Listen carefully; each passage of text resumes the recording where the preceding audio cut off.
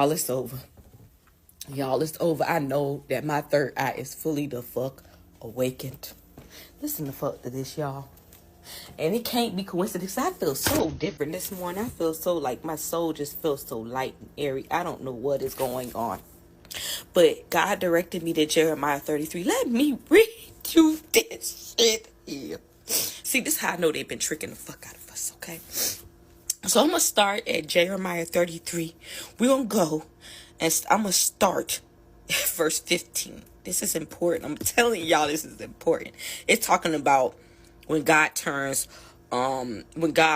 everything around after the scourge that has been placed on Judah and Jerusalem and all of that, and how he's going to come back and get prosperity after those days, and he's going to cure and heal them, and then he's going to pardon them of all their iniquity and cleanse them from all their iniquity. This is going to be during that time. So listen to this right here.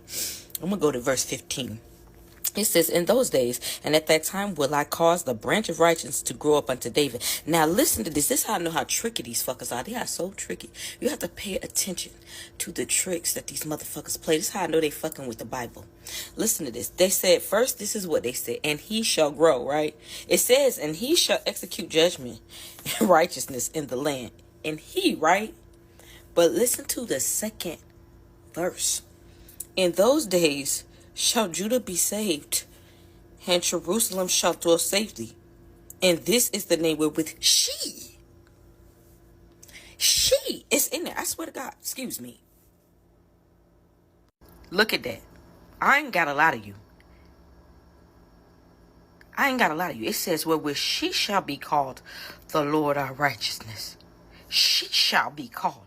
That means that is a she and not a he. They played that. Why? Because patriarchy came and tried to mess up the Bible.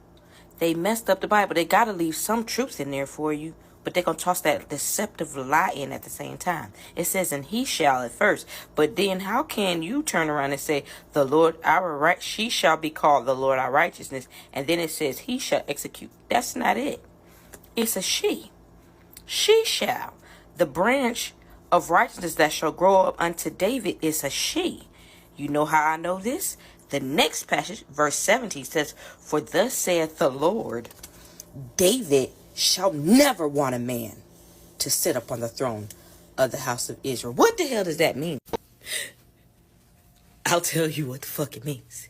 It means there is no man that David wants on the throne. See, people put that in as like, oh, it means he doesn't want a man to lack. No, you gotta leave the words in its context, fuckers, and not change it. He never wants a man. Why don't he want a man?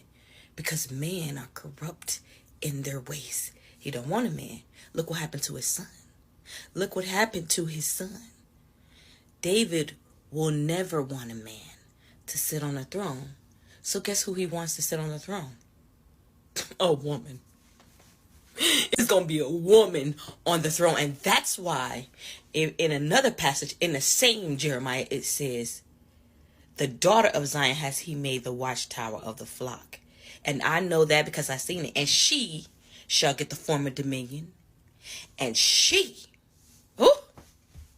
y'all just don't understand. But I know what I'm talking about.